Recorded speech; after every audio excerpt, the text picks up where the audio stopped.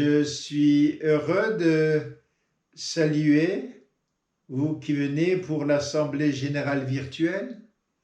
Je vous salue et en même temps je vous transmets les salutations de tous nos parents, de tous nos enfants. Et je vous dis merci d'être présents à côté de nous depuis si longtemps, presque au quotidien, et puis de nous soutenir ainsi. J'ai eu la chance de partir de Madagascar le 30 août déjà, par un vol exceptionnel. Et me voilà en France depuis longtemps, depuis un mois et demi, et je suis coincé là parce qu'il n'y a plus de vol pour revenir. Je passais ces premières semaines à se faire un suivi sanitaire, et puis depuis là maintenant je suis beaucoup plus libre et pour gagner ma soupe, je fais le télétravail avec vous, Jean-Marc. Je suis en réunion avec eux.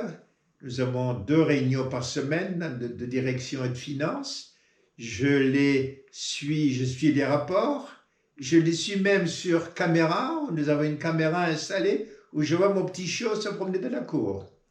Voilà, donc me voilà installé à Andelo et pour le moment, le gouvernement malgache n'autorise pas les pays qui sont tellement touchés par le virus d'embarquer pour la grande île. Mais voilà, comme l'oiseau sur la branche, quoi. Notre virus a commencé comme le vôtre à la même époque. Moi, chez nous, c'était au mois de mars, chez vous, c'était, je crois, décembre, et nous avons eu de la chance, quoi.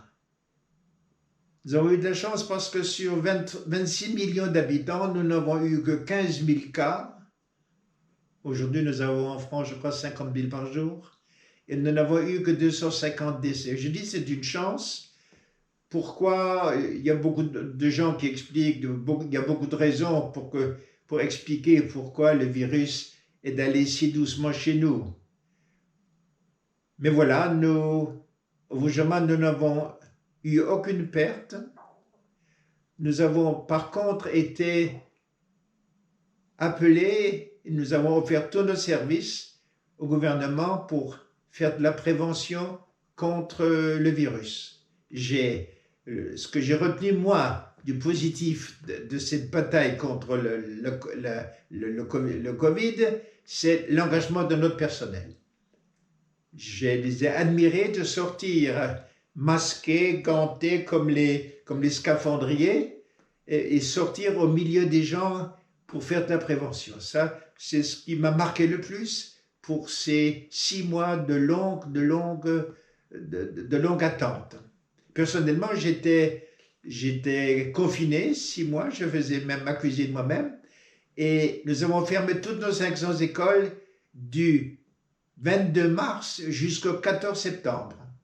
Par contre, nos services cadres, 80 personnes à peu près, ont passé à travers tous les villages de Brousse pour faire la prévention. Nous venons d'organiser notre rentrée scolaire le 26 officiellement. Mais comme notre personnel a eu des soucis par 6 mois d'absence, il fallait faire du rattrapage, nous avons déjà fait une rentrée 1 mois auparavant, le 15 septembre. Et nous voilà repartis. Je pense que le virus traîne encore un peu partout, mais mes amis me disent de revenir à Madagascar rapidement parce que je suis mieux protégé là-bas qu'ici, en France. Alors j'attends. Je dis que le virus a progressé plus lentement. C'est sans doute le cas, comme pour beaucoup d'autres pays d'Afrique, mais ce qui est certain que le pays, il a pris un peu le rythme du pays, quoi. On avance doucement, on met toujours la grande misère de nos manques de sécurité, du service de santé, de la corruption, des écoles.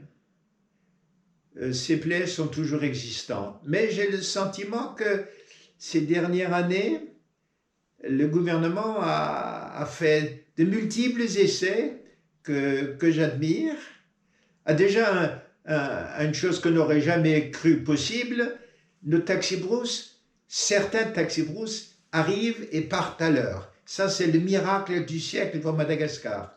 Pour d'autres, pour le domaine de la sécurité, beaucoup de personnel qui était sur le bord d'une bonne